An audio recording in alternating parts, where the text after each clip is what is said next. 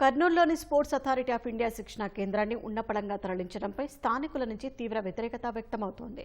25 ఏళ్లుగా ఎంతో మందిని తీర్చిదిద్దిన కేంద్రాన్ని తరలించడంపై క్రీడాకారులు ఆందోళన చెందుతున్నారు. శిక్షణా కేంద్రాన్ని కర్నూలులోనే ఉంచాలని డిమాండ్ చేస్తున్నారు.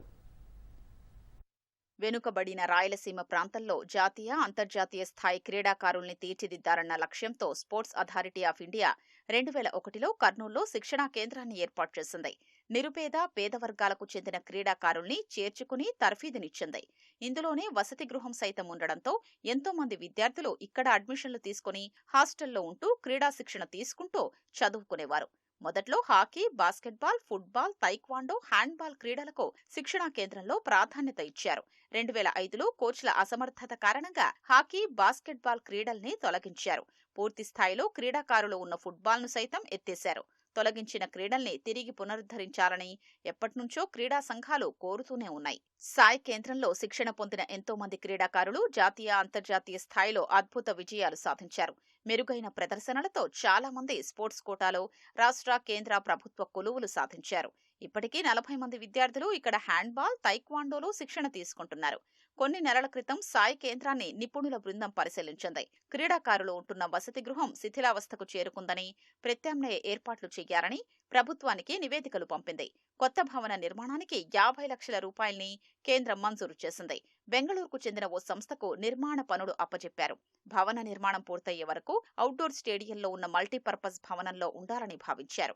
ఈలోగానే శిక్షణా కేంద్రాన్ని తిరుపతికి తరలించాలని బెంగళూరులోని సాయి ఎన్ఎస్ఎస్సి రీజనల్ నుంచి ఉత్తర్వులొచ్చాయి.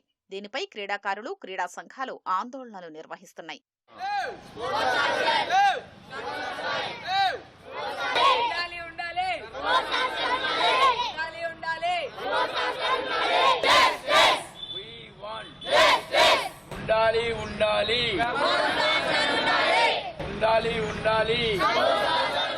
ఎంతో మంది క్రీడాకారుల్ని జాతీయ, అంతర్జాతీయ స్థాయిలో తీర్చిదిద్దిన సాయి కేంద్రాన్ని తిరుపతికి తరలించడం వల్ల క్రీడాకారులకు తీవ్ర నష్టం జరుగుతుందని క్రీడా సంఘాలు అంటున్నాయి. శిక్షణా కేంద్రాన్ని కర్నూలులోనే కొనసాగించాలని డిమాండ్ చేస్తున్నారు. స్పోర్ట్స్ హాస్టల్ని తరలించాలని గవర్నమెంట్ నిర్ణయించింది. ఈ హాస్టల్ దగ్గర 24 ఇయర్స్ నుంచి ఇక్కడే ఉంది. తిరుపతికి షిఫ్ట్ చేయాలని పెట్టుకున్నారు. క్రీడాకారులు నష్టపోతారు. బిల్డింగ్ బాగలేదంటున్నారు. బిల్డింగ్ పక్కన ఇంకోటి కొత్త బిల్డింగ్ ఉంది. దాంట్లో అకామిడేషన్ చేయొచ్చు. మన జిల్లా వాసులు 30% ఖచ్చితంగా ఉంటారు దీంట్లో. ఆ పిల్లలే ఈరోజు ఇంటర్నేషనల్ ఆడినోళ్ళు ఉన్నారు. సో అటువంటిది కోల్పోకుండా ఉండాలంటే హాస్టల్ కంపల్సరీ ఉండాలా. కర్నూలు నగరంలో దాదాపుగా 25 సంవత్సరాల నుండి కొనసాగుతున్నటువంటి సాయి స్పోర్ట్స్ హాస్టల్ దీని నుండి చాలా అనేక మంది రాష్ట్ర, జాతీయ స్థాయి పోటీలతో పాటు ఉద్యోగాలను కూడా సాధించినటువంటి ప్రాంతం ఇది. ఇటువంటి హాస్టల్ని ఇక్కడ తరలించడం చాలా దౌర్భాగ్యం. స్పోర్ట్స్ అథారిటీ ఆఫ్ ఇండియా కానీ, రాష్ట్ర క్రీడా బాలక సంస్థ కానీ ఇటువంటిది మానుకోవాలని చెప్పి తెలియజేస్తుంది.